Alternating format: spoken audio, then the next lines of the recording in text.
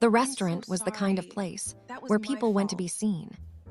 Polished marble floors, Are you all right? candlelight that flickered just right, staff who remembered your name before you'd finished sitting down. The kind of place where a reservation took 3 weeks and a favor from someone who owed you one. Eve Williams didn't belong there, and she knew it the moment she walked through the door. Her dress was fine, the nicest thing she owned. But it wasn't the right kind of fine. These women wore things that looked accidental and cost a fortune. And Eve's heels clicked a half beat too loud on the marble, and she told herself it didn't matter. It didn't matter. She was here because her coworker Dana had been given the reservation as a birthday gift, couldn't use it, and handed it over with a wink and said, "Treat yourself. You've been through enough." 3 weeks ago, Eve had almost canceled 4 times. But here she was. She found her table near the back, beside a pillar. Not the worst seat in the house, not the kind you asked for either. She ordered water, looked at the menu, and tried not to think about Marcus. She'd been doing that a lot lately, getting better at it. Some days she almost managed it completely. The waiter brought bread. She ate a piece without tasting it. Around her, the restaurant moved at its own pace. Conversations layered and low, crystal-catching candlelight. At the table across from her, a woman laughed with her head tilted back, and the man watching her looked like nothing else in the room existed. Eve looked away. She reached for her purse, just to check her phone, just a reflex. And somewhere in the simple act of lifting it from the back of her chair, the strap caught wrong and the whole thing slipped. She grabbed for it, missed, and the purse hit the floor and slid. She pushed back her chair and bent to get it. What happened in the next 3 seconds was nobody's fault. A man was walking past, moving fast, head down, dark coat, the posture of someone who wanted to get from it to be without being noticed. Eve straightened up at exactly the wrong moment, and her shoulder caught him in the arm. She didn't fall, he didn't fall. But the contact, barely a collision, not even a second of it, made the man stop like she'd cut the power. He went completely still. Eve looked up, already apologizing, and found herself looking at a face that she registered, even in the confusion, as striking.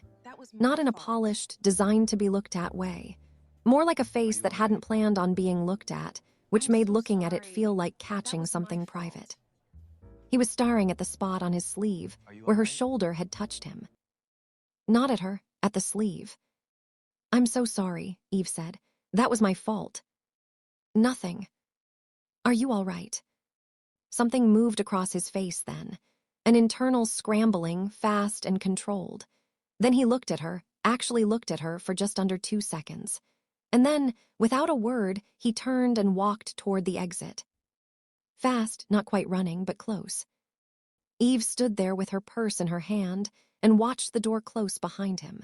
A waiter nearby had seen it all. He caught her eye and gave her a look that said he had no explanation either. She sat back down. She ate her dinner. The salmon was excellent. She barely tasted that either. But she kept glancing at the door. The question sat there under everything. A man like that, composed, expensive, deliberate in every detail, had frozen solid over a shoulder brush and nearly sprinted into the night. Not embarrassed. Not annoyed. Something else entirely. Something she didn't have a word for yet. She thought about it on the walk home. She thought about it before she fell asleep. If you're new here and you love stories about 2 people who probably shouldn't fall in love, but absolutely do, go ahead and subscribe.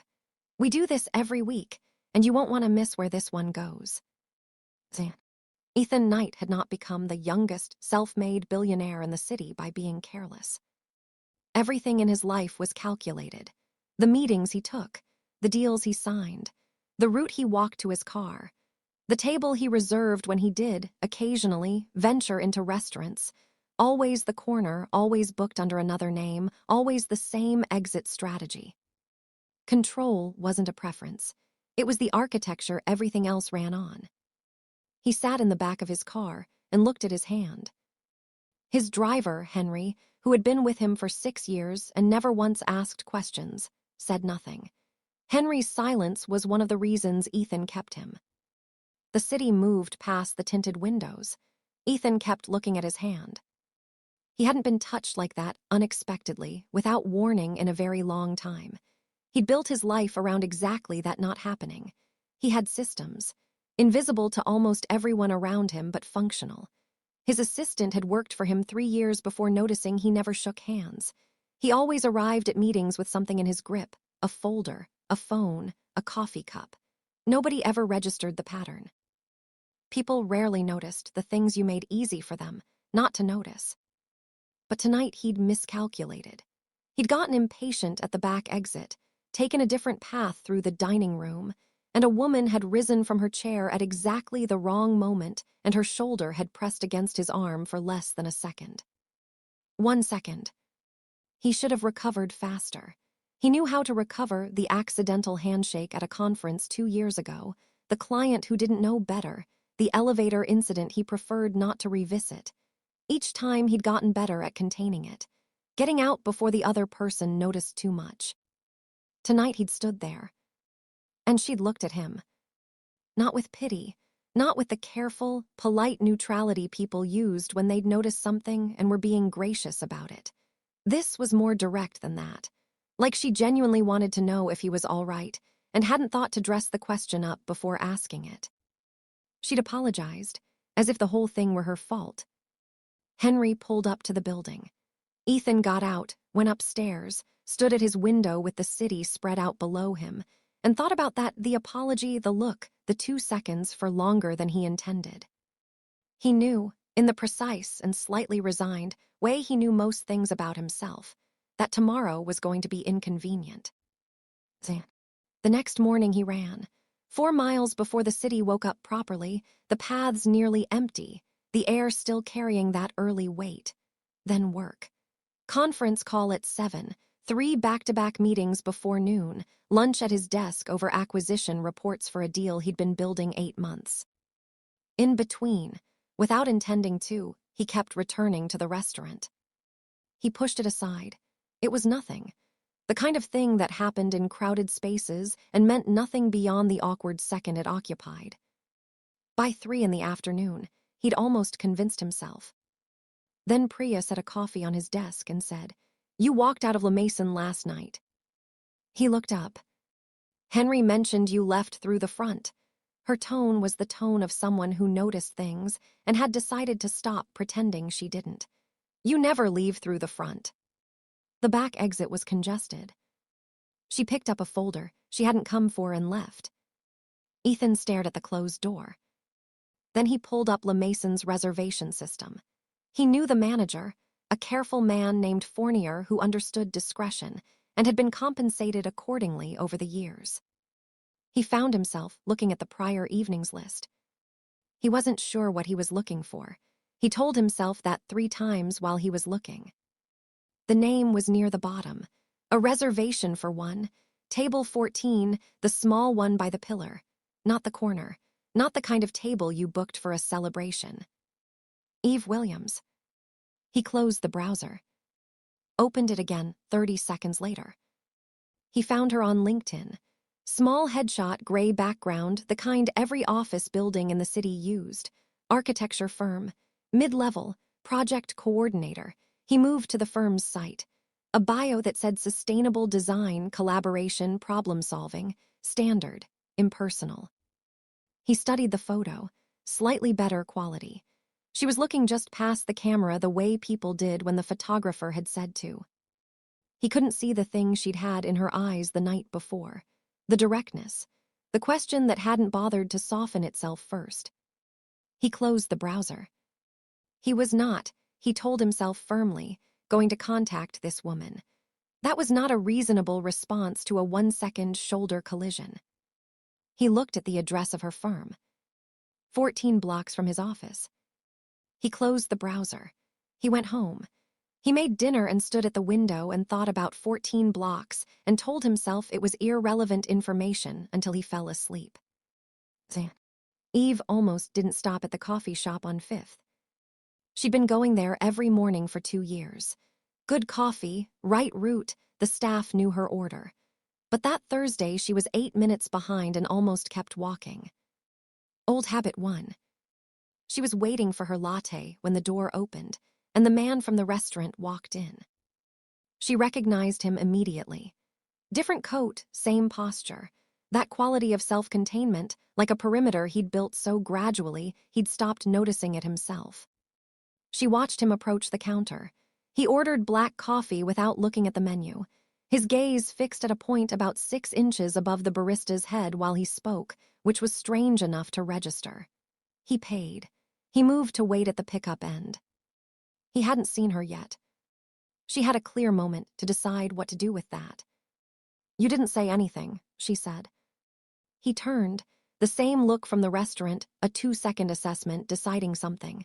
"I'm sorry. In the restaurant, when I bumped into you, you left without saying anything." A beat. I kept thinking about it. Something shifted in his face. Not surprise exactly, more like he'd prepared for something different.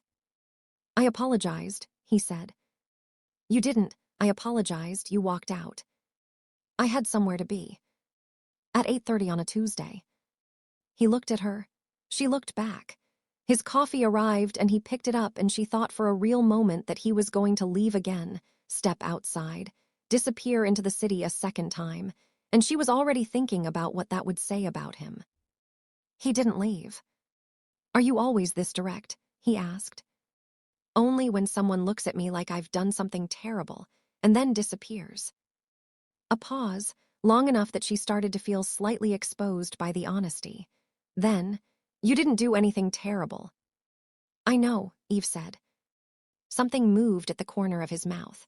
The motion before a smile, the moment before a person decides whether to let it through. "Ethan," he said. "Eve."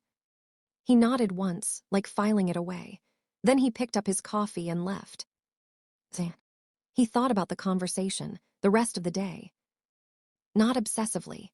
He just kept returning to it the way you return to an unfamiliar sound in a building, not alarmed, just unable to fully stop cataloging it.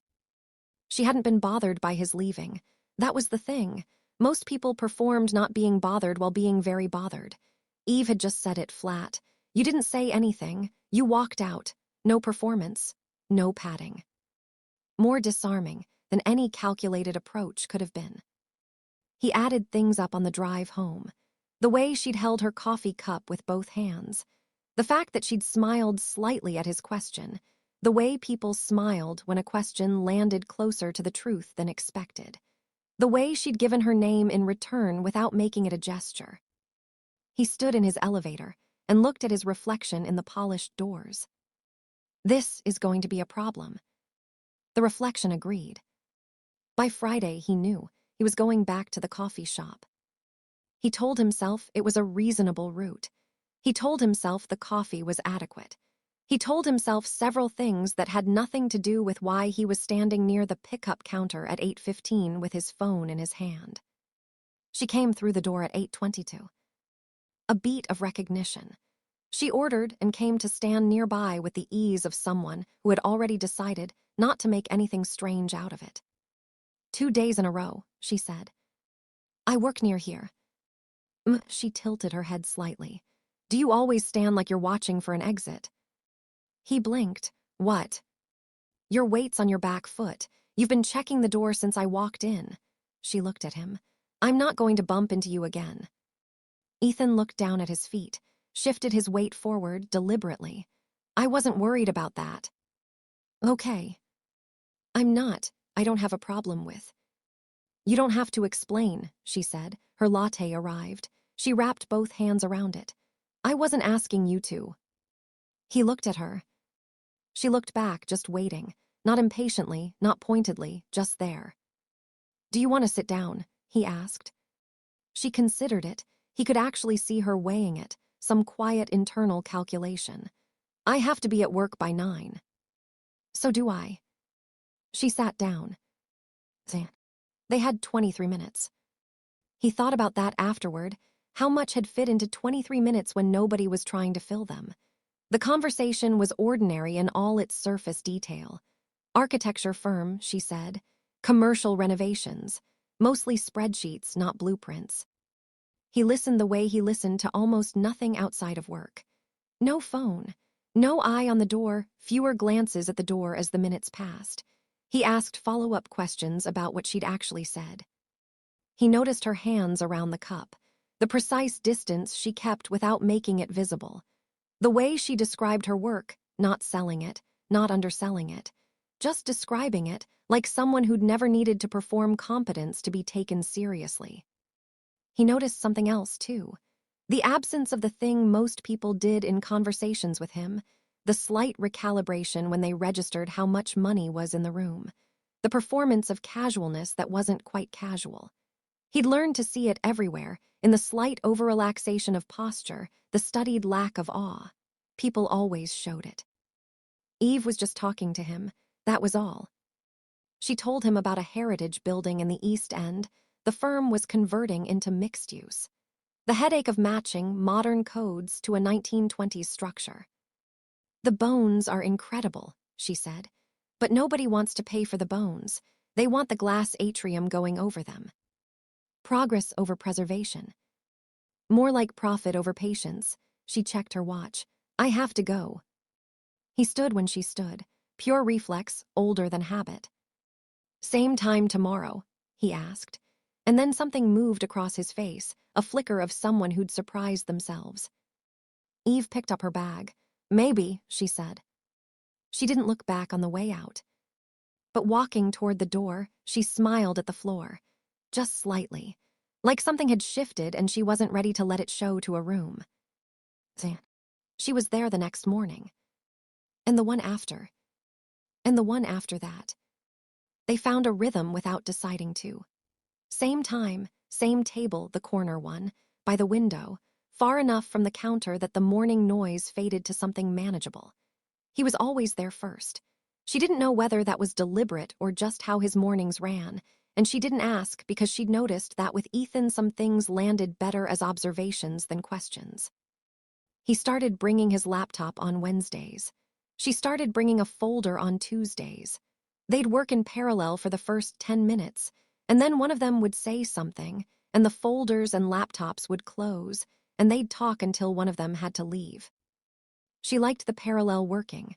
She liked that it was possible, that two people could share a table and a comfortable silence without one of them having to perform at the other. Marcus had hated silence. He'd always needed to fill it, to be in it, to be responded to. Silence with Marcus had felt like a test she was always slightly failing. Silence with Ethan felt like breathing. By the second week, the barista started making both drinks the moment she spotted them through the glass. Ethan noticed. Eve noticed him noticing. Neither said anything about it. Some things were better acknowledged by leaving them alone. On the Thursday of the second week, she asked what he did. Finance, he said. What kind? Investments, acquisitions, some development. She looked at him. You're being vague for someone who asks very specific questions. You're easier to ask about. That's not a compliment. It wasn't meant as one, a pause. It means you're more interesting. She held his gaze for a moment. Then she looked down at her cup, and he saw it, the small movement at the corner of her mouth. A suppressed smile, or its ghost. He noticed something else in that moment. He hadn't checked the door in 11 minutes.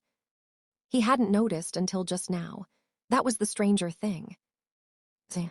She mentioned Marcus on a Friday. Not by name.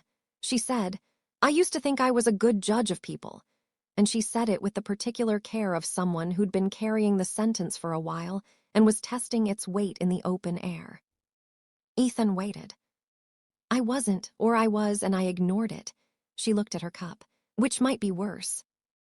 Probably not worse, he said. You've made the same kind of mistake. A beat, a different version of it. She nodded, didn't push.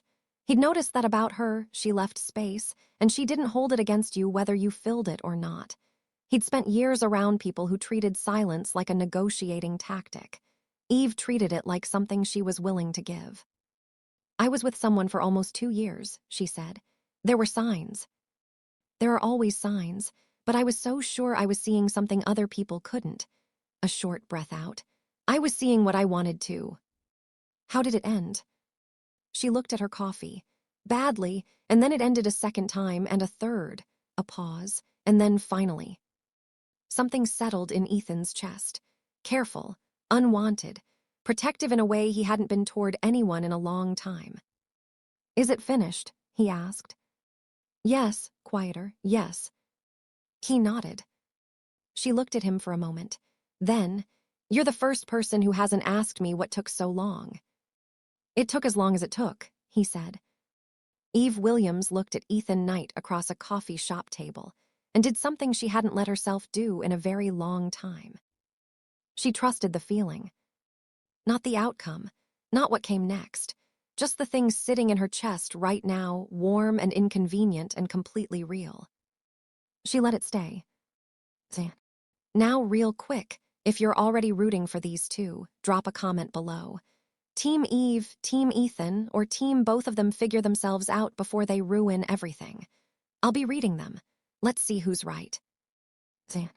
Ethan stood at his window on a Saturday morning, with coffee going cold in his hand, and thought about what he was doing.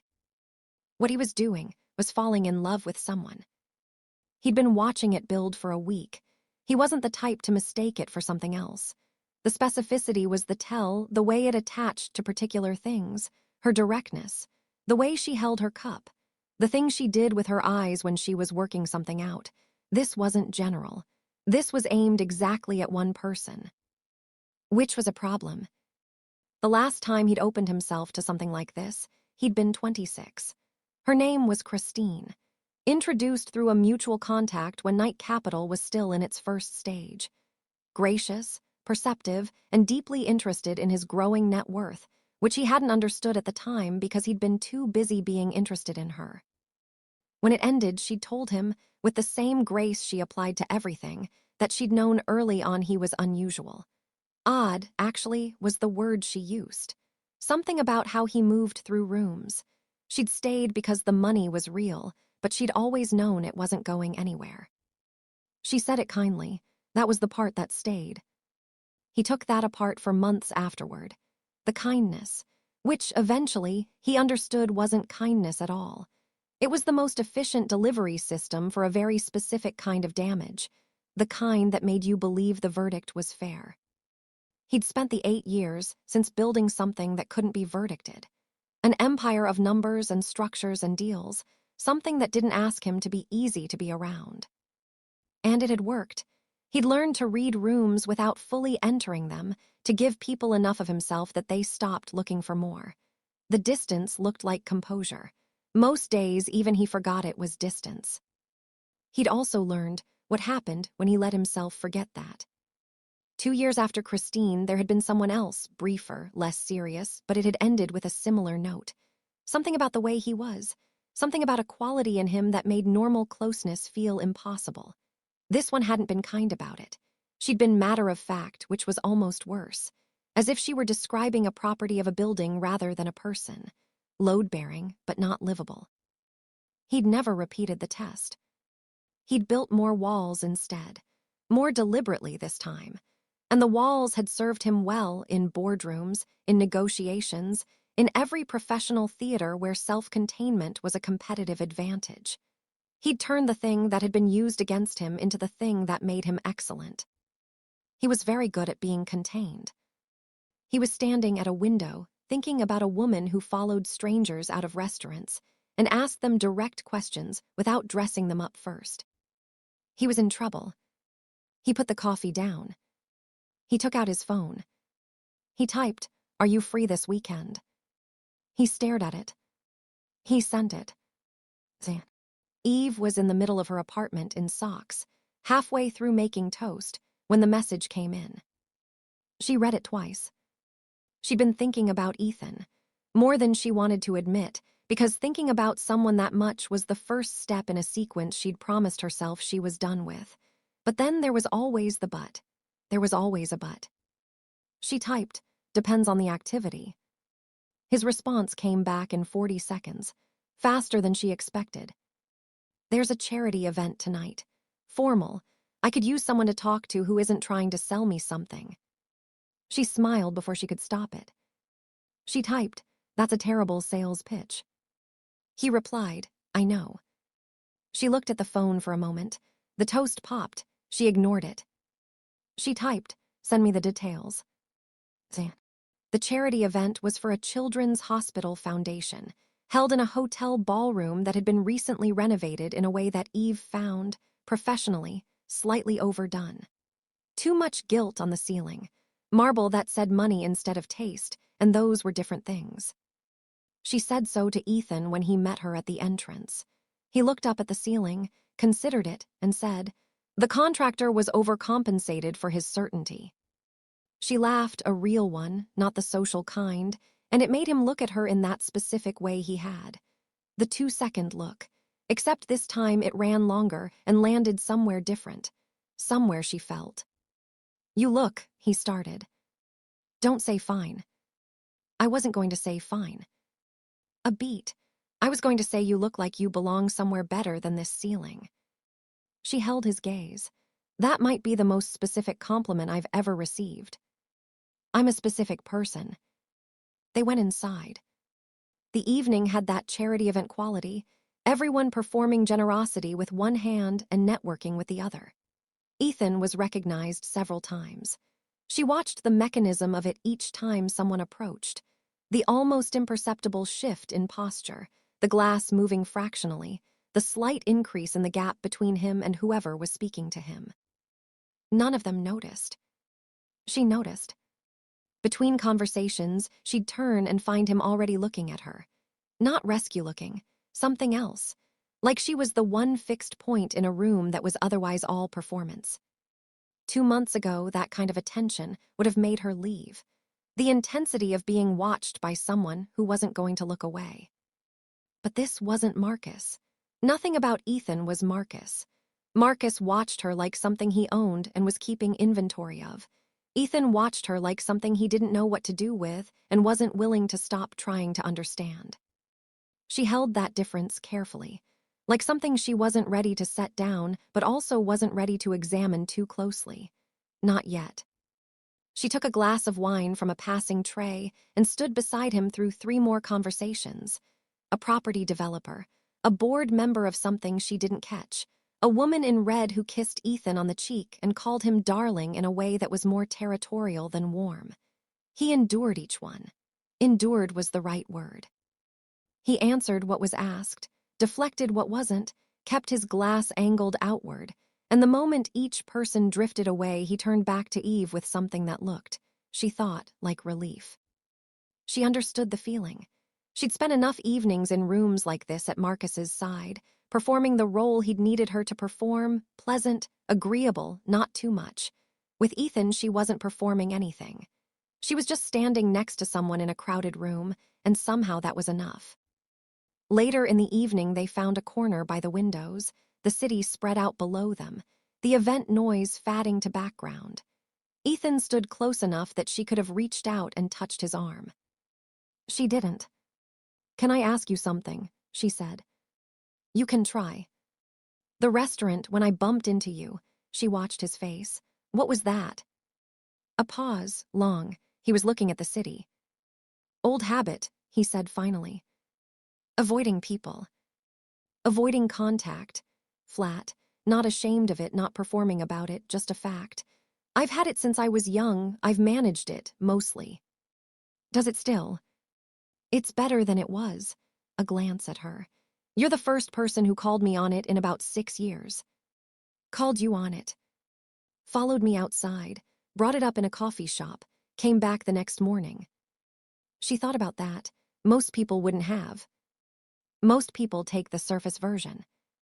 "And let you walk away." "Yes." Eve looked at the lights below. She said, "I know what it's like to build something because the alternative seems worse." He turned. She kept her eyes on the window. "After Marcus, that's his name, I built a very small, very controlled life.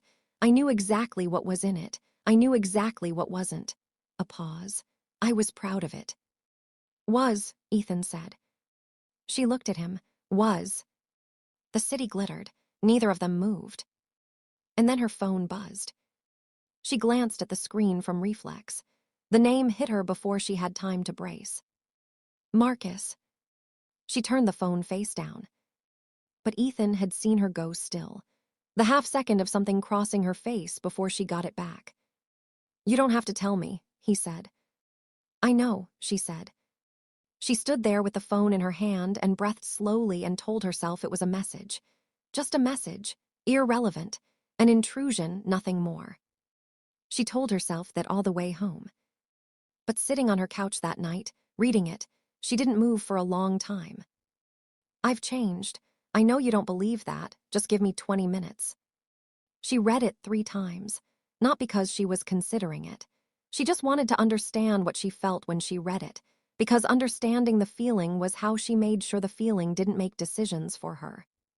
What she felt was tired. Not afraid, not tempted, not confused, just tired, the way you got tired of a thing that kept requiring energy you'd already decided to stop spending. She'd spent 2 years of energy on Marcus Reed. She'd spent another year after that recovering it. She was done spending it. 20 minutes, calibrated, small enough to sound reasonable. Just 20 minutes, what could it hurt? I've done the work, I know what I did, just give me that much. She could write the next 3 messages herself without reading them. That was how she knew. She deleted it. She didn't block the number. She'd learned that blocking could make people more determined, not less. But she put the phone across the room and made herself a cup of tea and sat back down on the couch and thought about the city through Ethan's window. She thought about that for a while. Then she went to bed. She didn't respond. Not that day or the day after or the one after that. She deleted it. She went to work, came home, made dinner, and did not think about Marcus Reed. At the coffee shop Monday, she was quieter than usual. Ethan noticed. She'd come to understand that he noticed almost everything, but he didn't ask. He did what he always did. He was there without requiring anything from the being there. She appreciated it more than she could have said. On Wednesday, she told him. "My ex contacted me. No lead-in, just that." His cup lowered slightly. What did he say? That he's changed, that he wants 20 minutes. She looked at the table. He always has a very specific ask. 20 minutes sounds small. That's the point. Are you going to give it to him? No, no hesitation. Then quieter. I know better. Ethan was quiet for a moment. Does he know where you are? She looked up. The question was careful. She heard what was underneath it, not jealousy, not possession. Something older and quieter than either. He knows the neighborhood, not the address. Ethan nodded. Okay, he said. That was all, just okay. Like a door closing on something and staying closed. She looked at him across the table and thought about the distance between where she'd been and where she was sitting right now. And how strange it was that the evidence of that distance was a man at a coffee shop table who went steady when she needed steady. Thank you, she said. He shook his head. Don't thank me. I'm thanking you. He looked at her. She held it. And then his phone lit up on the table between them. Vanessa Cole. He looked at it, turned it face down without answering. She didn't ask. He didn't explain. But she noticed. She filed it away and left it there because she'd learned, at some cost, the difference between a question worth asking and an anxiety worth managing. This one, for now, was the second kind. For now. Vanessa Cole had existed at the edge of Ethan's professional world for 3 years. Connected enough to the same circles that avoidance was impractical. The kind of woman who wore ambition as a style choice, beautifully composed, consistently present at the right events, and possessed of an ability to identify whoever held the most leverage in any room and place herself at the precise angle that made proximity look natural. She'd decided, sometime in the last 2 years, that Ethan was her destination. He'd been careful, kept things professional, declined 3 dinner invitations with impeccably reasonable excuses, took her calls when they were about work, didn't take them when they weren't. She showed up at his office on a Thursday. Priya sent her in, not because she approved, but because Vanessa had a specific talent for being very difficult to redirect without creating a scene, and Priya found scenes wasteful. Vanessa sat in the client chair across from his desk, wearing something structured and navy, and looked at him with the expression of someone who had decided on a more direct approach. There was an edge under it today that hadn't been visible before, something sharper, just below the finish. "I hear you've been seen at charity events," she said. "I attend charity events." "With someone." Ethan looked at her. "I'm going to be straightforward." "Please." "Whatever you think is happening between us isn't happening," he said. "I've tried to be respectful about that because there's no comfortable version of this conversation. But if there's someone in my life, there is, and I think you should know it." The finish cracked slightly, just at the edges. "Is there someone?" she said. He said nothing, which was its own answer. She stood, smoothed her jacket, picked up her bag with the composure of someone who'd never planned on staying. "I hope she knows what she's getting," Vanessa said. "What she's actually getting." She left. Ethan sat in the quiet for a long moment. He knew exactly where that sentence was aimed. The same nerve Christine had found 8 years ago when she'd been kind about the ending. The same precise location. The suggestion that something about him made him a warning rather than a choice. He breathed out slowly. Then he picked up his phone and typed to Eve. "Are you free for dinner? Somewhere that actually deserves its ceiling." Marcus found her on a Tuesday. Same route home she always took. Earphones in, bag on one shoulder, thinking about dinner. The evening was just starting to go dark. He was just there on the corner of her block. Jacket she didn't recognize, hands in his pockets, like he'd arrived by coincidence. Like coincidence had ever put Marcus Reed anywhere. She stopped. She could hear music under the sudden hammering of her own pulse. "Eve," he said. She pulled one earphone out. She didn't step closer. Marcus was, by any surface measure, a reasonable-looking man. 35, successful enough, good at handshakes and first impressions. He had a face that read as trustworthy. He'd spent years learning exactly what to do with that. She'd believed it once. "You don't have to be afraid," he said, gentle, steady, the voice he used for spooked things. "I'm not afraid," she said. "I'm annoyed they're different." A flicker in his face, managed immediately. "I just want to talk." "I didn't respond to your message because I don't want to talk." 5 minutes. "No." He moved a step closer. She didn't move back. She'd learned in the last phase of Marcus that moving backward told him something. "I've done a lot of work," he said. "Therapy, real work, I know what I did." "I'm glad," she said. "That has nothing to do with me." "It has everything to do with you. You're the reason I—" "Marcus," her voice came out level and she was quietly proud of it. "Go home." His composure didn't break. It never broke, not all the way, but the quality of it changed. Went colder underneath. "Is it someone else?" he said. "Is that what this is?" "This is me asking you to leave." "I've heard you've been seen with someone. I just want to know." "What I do isn't your concern," Eve said. "It hasn't been your concern for over a year. Don't come to my block again." She put her earphone back in. She walked past him. Her hands were shaking by the time she reached her door. She didn't let herself stop until she was inside with the deadbolt turned. She sat on the hallway floor and breathed. Then she picked up her phone and called Ethan. Second ring. "He found me," she said. A pause, then steady and even. "Are you inside?"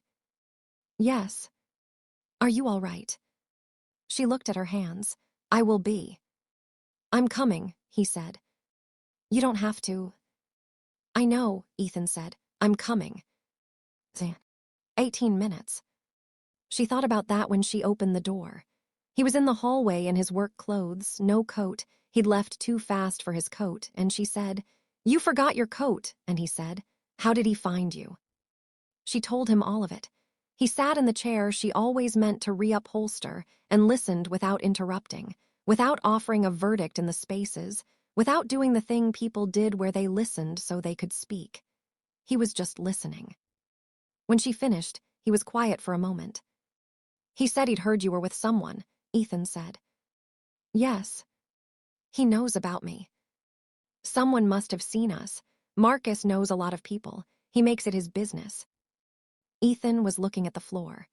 The calculation she usually associated with his professional life running somewhere behind his eyes. "He's not going to stop," Ethan said. "No. What does he want?" "To feel like he still has something." She looked at her hands. "Me specifically, but really anything. He needs to feel like he's winning." Ethan looked up at her. "You're not a playing piece." "I know that, he doesn't." The apartment was quiet. The neighbor's television through the wall. A siren, distant, fatting. "I'm sorry," Eve said. "I don't know why I called you." "Because you should have," he said. She looked at him. The careful distance was gone. He was closer than he'd been in the coffee shop, in the restaurant, at the charity event. And he wasn't angled toward an exit. His weight was on both feet. He was completely still in the way that was the opposite of how he was usually still, not braced, not ready to leave. Just there. "Ethan," she said. "I know," he said, like she'd said something he'd already been thinking through. She didn't move. Neither did he. Then his phone rang. He looked at the screen. His jaw tightened, fractionally, just enough to see. "Vanessa Cole," she said. He looked at her. "You know her." "I looked her up after I saw her name on your phone." She held his gaze. "Should I be worried?" "No," flat, immediate. "She's interested in you." "She's interested in what she thinks I represent." He declined the call. "I'm not interested in her. I haven't been." A pause. "I've been interested in someone else, specifically, for a while now." Eve was quiet. "Since a restaurant," he said. "Since a woman followed me outside and told me, very directly, that I'd walked out without saying anything." She looked at him for a long moment. "I come with complications," she said. "I know. An ex-boyfriend who doesn't know when to stop." "I've already thought about that." "A history that's made me," she searched, "careful." "I know, I'm careful too." "That's not the same kind." "I know that as well." He held her gaze. "I'm still here." Eve Williams looked at this man sitting in her chair without his coat, 18 minutes after she'd called, and felt something settle in her chest that she hadn't felt in a very long time. Not certainty. Certainty was what Marcus had offered her, and certainty had been a lie. This was quieter than certainty, the kind of thing that didn't need to announce itself. She reached out and put her hand over his. He went still, the stillness from the restaurant, but different now. Not flight, the opposite of flight, the stillness of someone paying total attention. Then, very slowly, he turned his hand over beneath hers. Vanessa made her move, 11 days later. Eve heard it secondhand, a contact who worked adjacent to those circles, mentioning something being said in the right rooms. Nothing direct, just suggestions carefully placed. Something about Ethan's new companion, something about her history, about the ex-boyfriend situation. The implication, never spoken outright, just let to drift through certain conversations, that Eve Williams was the dramatic kind of complicated. She sat with it for a day, then another half of one. She thought about what Marcus had said on her corner. He'd heard you were being seen with someone. She thought about the coffee shop, the charity event, two people standing at a restaurant entrance discussing a ceiling. Any number of moments that could have been witnessed by any number of people. She thought about how Marcus had always had people. A loose, wide network of contacts who told him things. Not because they were doing him a favor, but because being useful to Marcus felt good in the short term, before people figured out what he did with information. She thought about Vanessa Cole's precisely structured ambition, and the new edge that had come through in their office meeting, the sharpness underneath the finish. She thought about two people who wanted things they weren't going to get, one who wanted Eve back, one who wanted Ethan for what he represented. And she thought about what those two people would discover they had in common, if they ever found each other. She called Ethan. She told him what she'd heard. A long silence. "Ethan, I'm thinking." "I know." Another pause. "She's been talking to Marcus." "That's what I think." "She doesn't know him. She would have had to specifically go looking." "Or he found her," Eve said. "He knows you're in my life. He'd want information. She'd want leverage, it wouldn't take long. The silence shifted, heavier. I need you to trust me for a few days, Ethan said. To do what? To handle this. She sat with that. The older version of her would have pushed back, said she didn't need anyone handling things on her behalf, taken it as a reason to close back down. She recognized the reflex. She also recognized it as a reflex and not a decision. Okay, she said. Don't contact Marcus. I wasn't going to. I know, I'm asking anyway. Okay.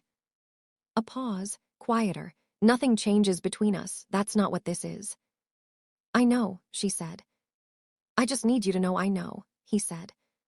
She held the phone against her shoulder after the call ended and looked at her ceiling for a long time.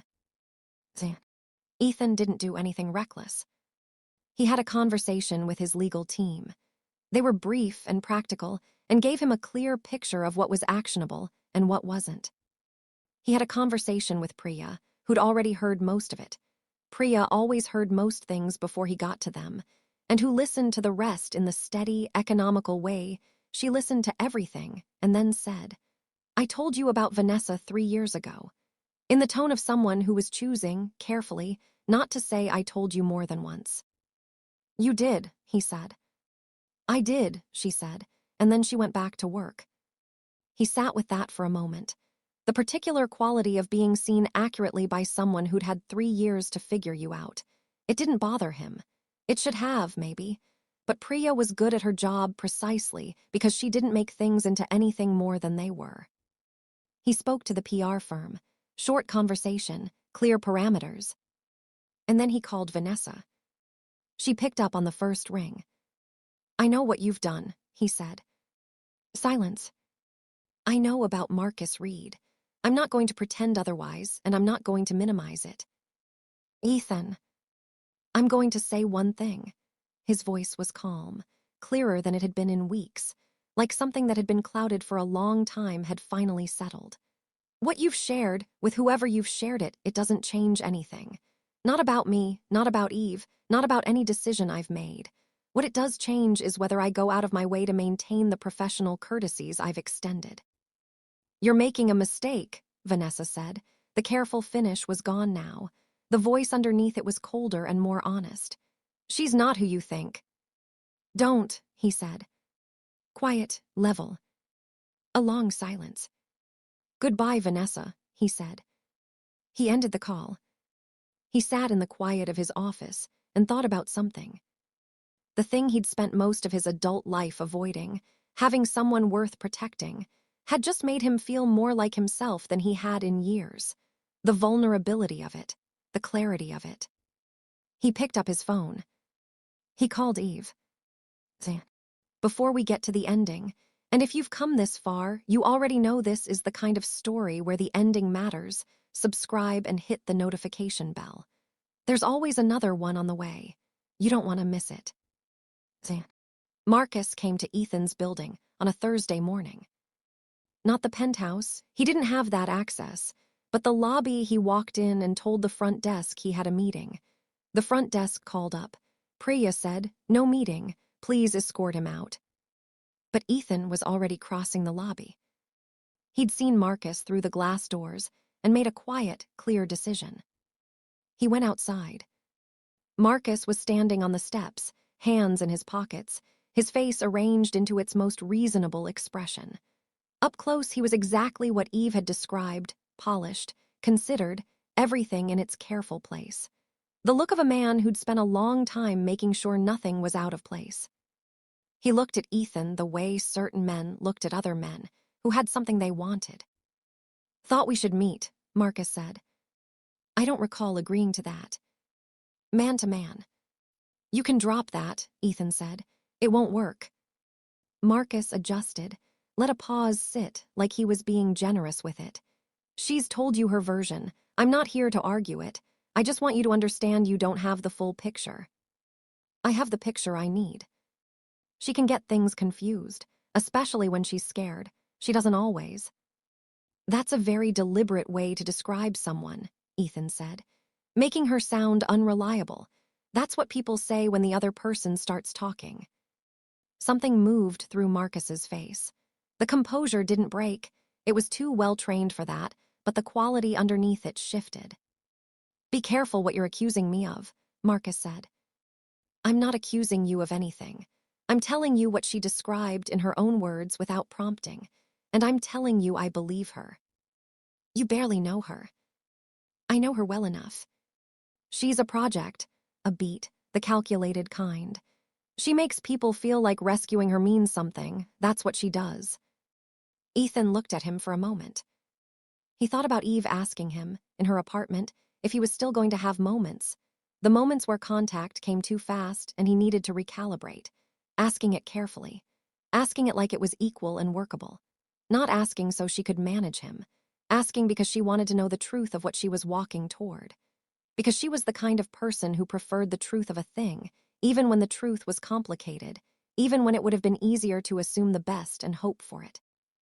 Nobody who needed rescuing looked at someone's difficulty and said that's all right.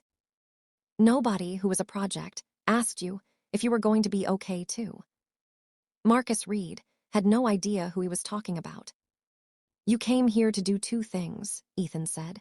Make me doubt her and find out if I was worth worrying about. He held Marcus's gaze. Walk away from her, not for my sake, because you've already done enough damage and anything more has consequences you haven't thought through. Is that a threat? It's information, Ethan said. What you do with it is up to you. He went back inside. The elevator doors closed. His hands were completely steady. He stood in the elevator and let out one long breath. Then he called Eve. Zan. She picked up before the second ring. He came here, Ethan said. A pause. Is he gone? He's gone. What did he say? Nothing that mattered. He stepped off into his floor. How are you? Tell me what happened. He told her, all of it. No softening, no edits. He heard her breathing on the other end, the steadiness she held on to, the thing underneath the guardedness that was actually her. When he finished, she was quiet. Then, you told him you believed me. Yes. Just like that. Yes. A pause. Nobody's ever just. She stopped, started again. Most people want the other side. There isn't another side, Ethan said. There's what happened and there's what he needs people to think happened. Those aren't the same thing.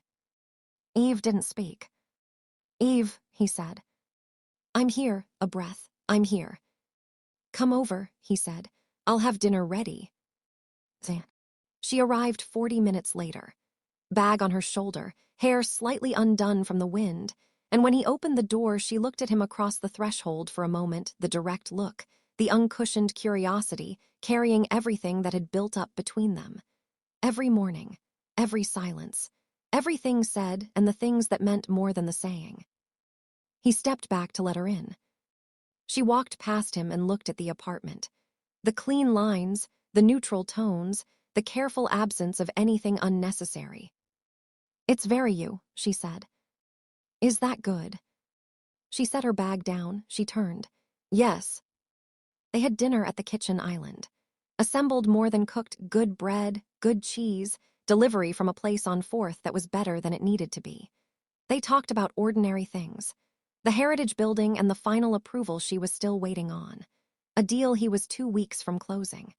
A documentary about deep ocean ecosystems she'd started and abandoned halfway through, which she described as beautiful and deeply stressful.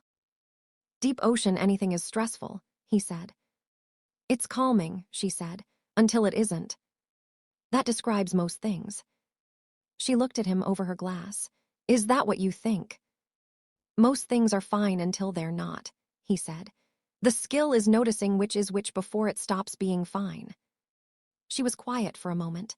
You're very good at noticing things. So are you. I'm better than I used to be, she said, and there was something in the way she said it, not bitter, not proud. Just a fact she'd arrived at and was living with.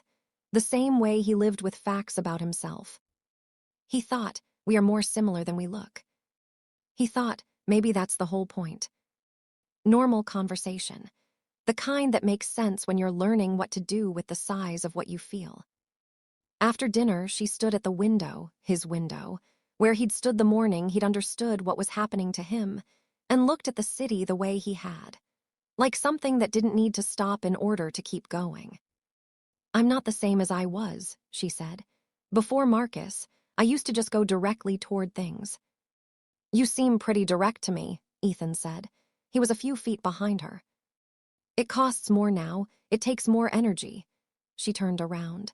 "With you it takes less than it has with anyone." He looked at her. "I want to keep doing this," she said. "Whatever this is." "So do I. I'm going to be slow sometimes." "I know." She looked at him with a gentleness he hadn't quite seen from her before. "And you're still going to have moments when something comes too fast and you need a second." "Yes," he said. "And that's all right." He looked at her for a long moment. "I walked out of that restaurant," he said, "because I've been walking out of things like that my whole life." A pause. "I spent the entire drive home thinking about you. I'm not walking out again." Eve said, "I know." She crossed the room and put her arms around him, carefully giving him room to adjust. And he stiffened, the old reflex, deep and automatic, and then it released. Enough of it, almost all of it, and he put his arms around her and held on. He hadn't held on to anyone in a very long time. He'd forgotten what it felt like, not the physical part, but the decision in it. The decision to stay instead of go. The decision to stop monitoring the exit. He'd spent so many years treating closeness like a calculation, weighing every moment of exposure against what it might cost later, and this was something different. This was the thing that came after the calculation stopped, after you ran out of reasons to keep running the numbers. He didn't know, exactly, when he'd stopped running them. Probably around the morning, he'd noticed he'd stopped watching the door. The city moved outside the glass, indifferent and luminous and continuous. Neither of them moved. Marcus tried once more. Her work email, her name, his number, and the word please. She screenshot it, forwarded it to HR and her lawyer, and blocked the address. She texted Ethan. He tried the work email, already handled. He replied, "Good." Then, "Are you okay?" She texted back, "Yes, are you?" A pause. Then, "Better than I've been in a long time." She put the phone away and went back to her desk and spent the rest of the afternoon thinking about bones. The bones of old buildings. How much they could carry, even when everything else had to be replaced. How the whole thing depended on what you preserved. She thought about a man who'd walled himself in so thoroughly he'd forgotten what was inside the walls. She thought about herself, the small, careful life she'd been so proud of. She thought, "We're going to be all right." Not right away. Not without the days that would still be hard, the reflexes that would fire at the wrong moments, the old stories that would surface before the new ones fully took. Not without Ethan going quiet sometimes in rooms that got too loud. Not without her going careful sometimes when something moved faster than expected. But all right, actually all right. She believed it. That was new. Vanessa Cole sent a brief, formal email to Knight Capital the following month. She would no longer require their advisory services. Priya filed it and considered the matter closed. Marcus Reed did not contact Eve again. Whether it was Ethan's warning, or whether he'd moved on to someone whose walls weren't yet as high, Eve didn't know. She stopped wondering about it.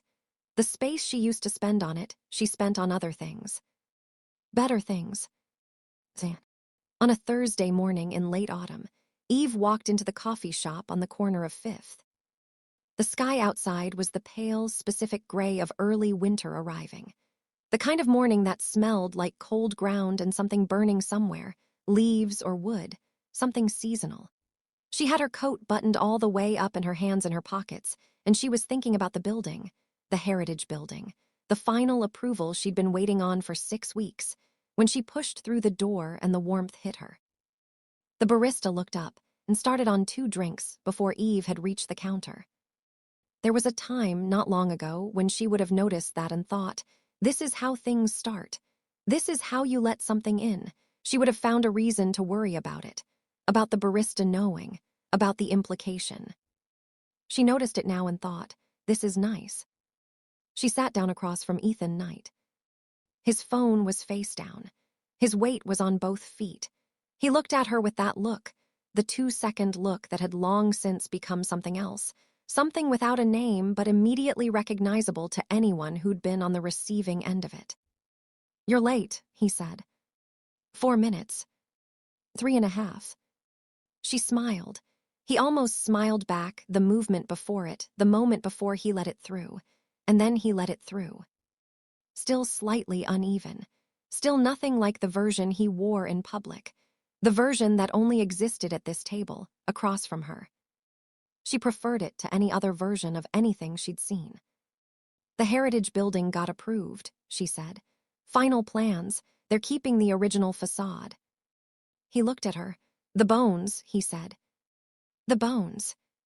He picked up his coffee. She picked up hers.